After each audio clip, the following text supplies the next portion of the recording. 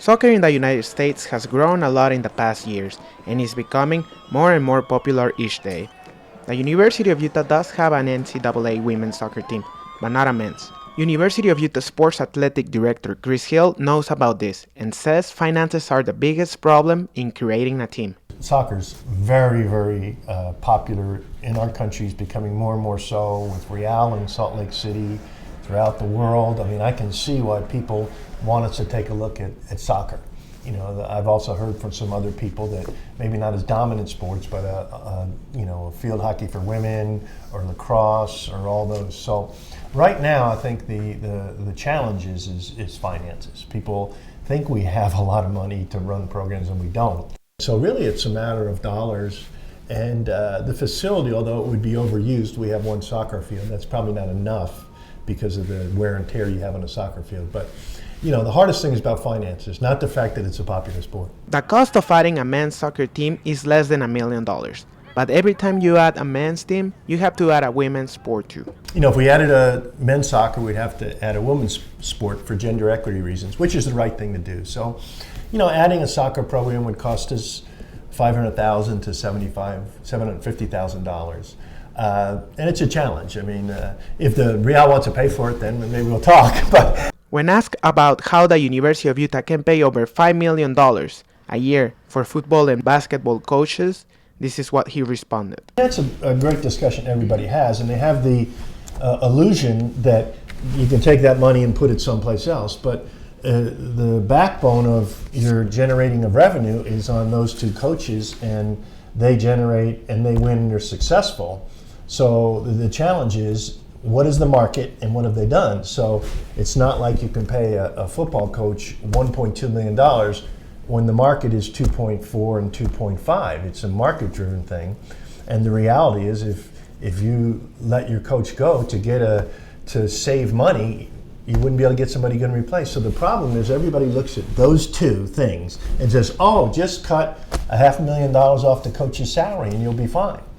Trouble is, you lose a good coach, and you can come back and find a good coach, and then feeds on each other is the problem. But that's the kind of illusion everybody has, and there's nothing that anybody can say to make people understand that, or they don't really want to.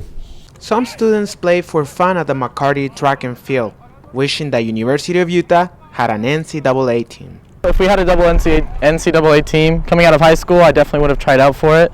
I played in high school and competitively before that, and that would have been a lot of fun. And even if I didn't make the team, I would definitely be someone who attended the games and tried to emphasize for my friends to try out as well. It would definitely have a big fan base, and I know I would definitely be one to attend the many games and get all my friends, even if they weren't big fans, to join and come watch the games, because soccer is such a fun thing to watch. Luke Koyman, a current University of Utah student, had to go to North Carolina to play NCAA soccer since he couldn't find an opportunity here. I recently played Division II soccer in North Carolina. I got recruited to go out there, and I would have loved to stay here, but there's no program at Utah where you can go to school close on the hill and do what you want and play soccer at the same time very competitively.